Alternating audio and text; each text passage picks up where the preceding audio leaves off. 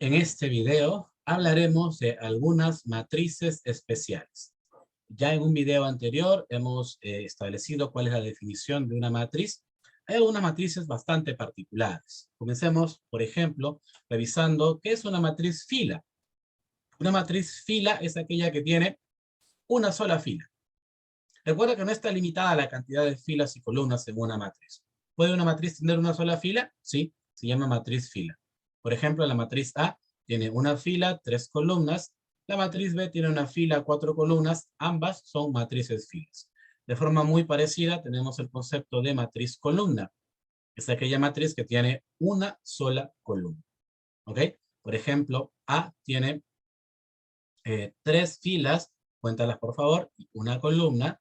Y la matriz B tiene 4 filas y una columna. Así que si solamente hay una fila o una columna, llamaremos matriz fila o matriz columna respectivamente. La siguiente matriz especial, y esta va a tomar una relevancia todavía un poquito más importante cuando utilicemos las operaciones con matrices, es la llamada matriz nula, que por cierto tiene algunas notaciones bastante particulares.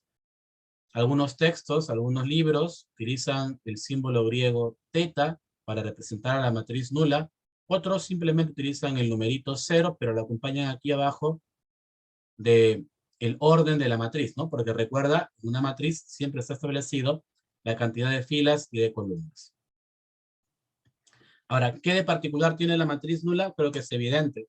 Tiene a puros ceros como sus entradas, ¿no? Los elementos de la matriz nula son todos iguales a 0. ¿Ok? Ahora, una matriz nula no tiene un orden establecido. Puede ser de orden 3 por 3, de orden 2 por 3, de orden 4 por 5.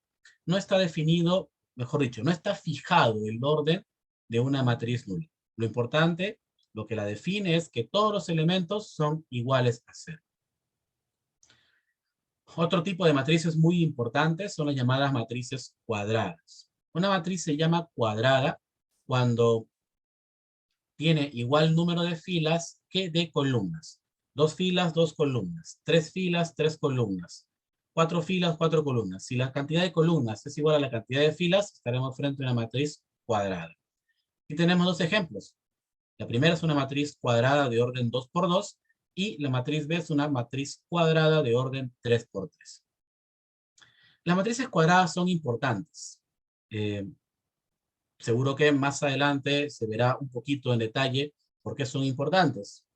Porque son las matrices a las cuales se puede analizar si existe inversa, porque en este curso se aprende a calcular determinantes de matrices cuadradas y otras razones. ¿Ok? Por eso que vamos a desmenuzar un poquito de las matrices cuadradas. Ya habíamos indicado cuál es la definición.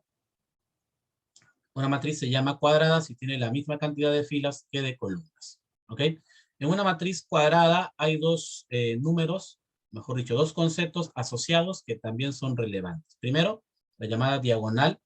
Algunos libros le llaman diagonal principal.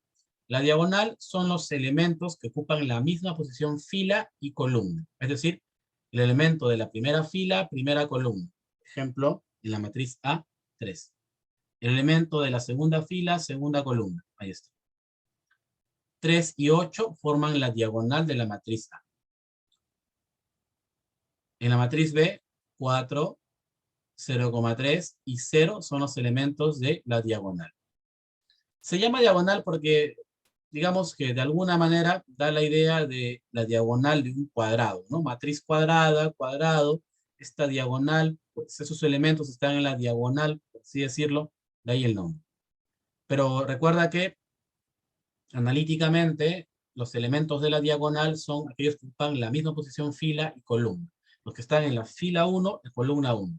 En la fila 2, columna 2. Fila 3, columna 3. Estos elementos forman la diagonal de una matriz cuadrada. Y se define también la traza de la matriz, de una matriz cuadrada, obviamente, como la suma de los elementos de la diagonal.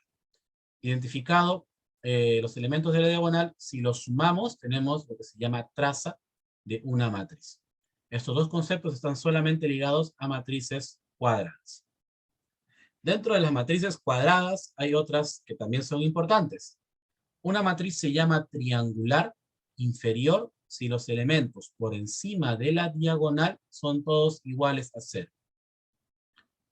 Una matriz se llama triangular superior si los elementos por debajo de la diagonal son todos iguales a 0.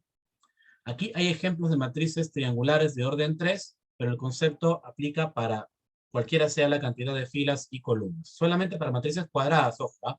¿Está bien? Porque recuerda que la diagonal vale solamente para matrices cuadradas. Triangular inferior, todos los elementos encima de la diagonal son nulos. Triangular superior, todos los elementos debajo de la diagonal son 0. Una matriz que es triangular inferior y superior a la vez se llama matriz diagonal. Es el tercer tópico aquí.